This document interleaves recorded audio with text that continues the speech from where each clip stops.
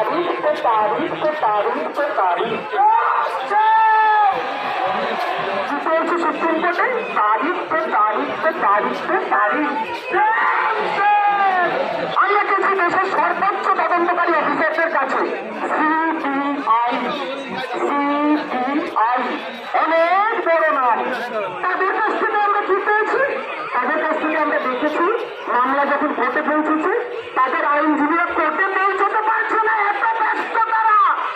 কিসে ব্যস্ত তারা? কিসে ব্যস্ত? আমাদের দ্বিতীয় দাবি কি রয়েছে? আমাদের দ্বিতীয় দাবি রয়েছে এই ঘটনাকে যেভাবে ঘটতে পারলো তার জন্য তারা দায়ী। TME, THS, health secretary Sandip Ghosh